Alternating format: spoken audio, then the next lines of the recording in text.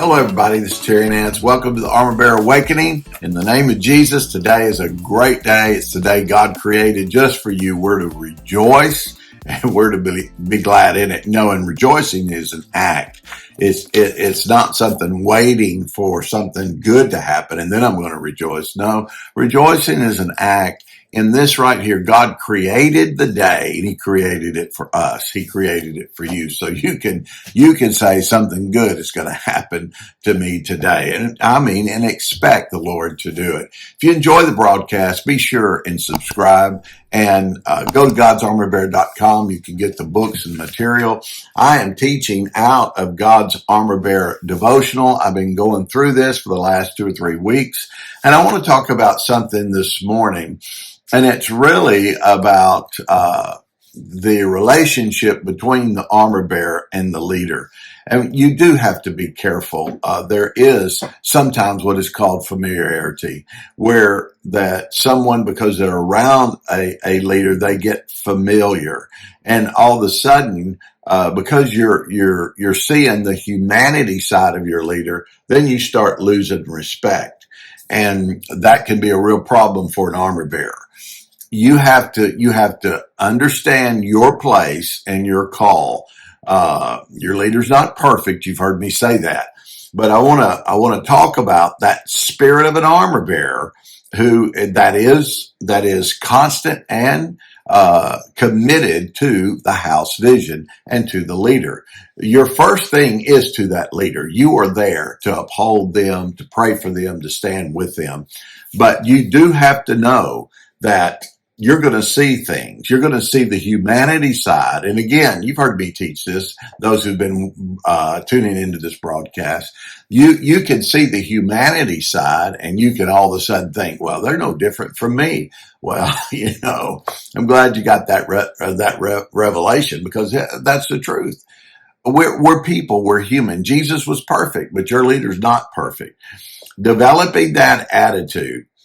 Here's a question. Have you faced the temptation to believe you are your leader's replacement? You have to be careful with that. God is the one who is involved in succession. It may be you. It may not be you. You've got to be comfortable with that. I know that, the temptation in my life, I worked in a family ministry. I was not a part of the family. And, the son, he was anointed in children's ministry and all. And, as a good father, you'd want him to succeed you. You'd want him to go ahead. And I had to deal with that. I had to look at, well, I can out preach him. I can outdo that. I was in my 20s.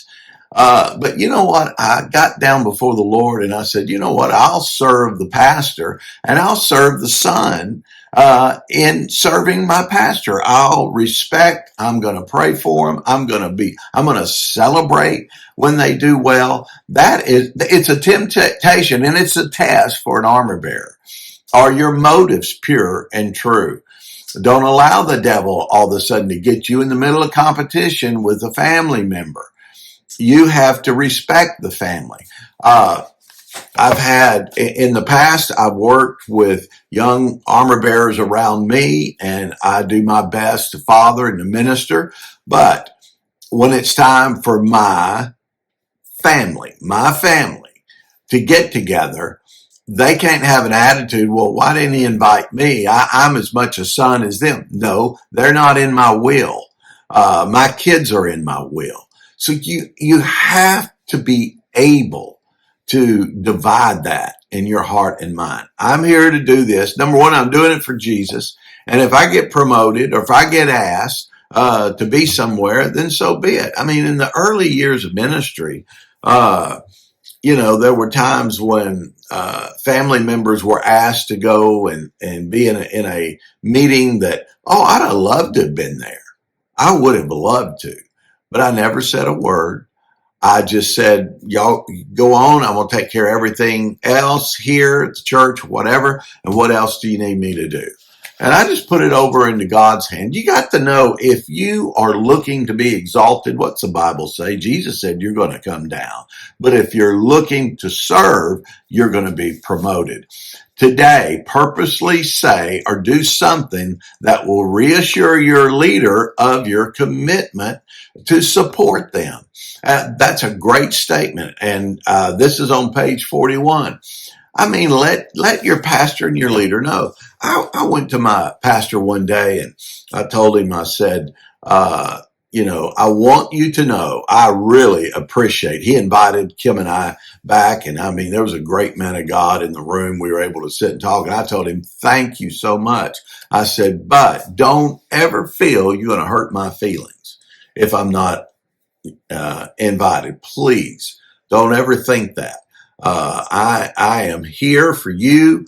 And if you want me back there, I'll be honored. But if not, I'll be honored not coming. I will take care of things, going on in the church, whatever. And in that, what it did, it took the pressure off the leader.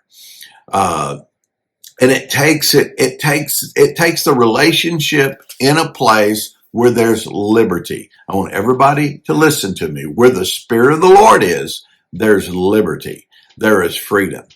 If you're trying to manipulate your leader to get you into somewhere, then that's a spirit. That's witchcraft.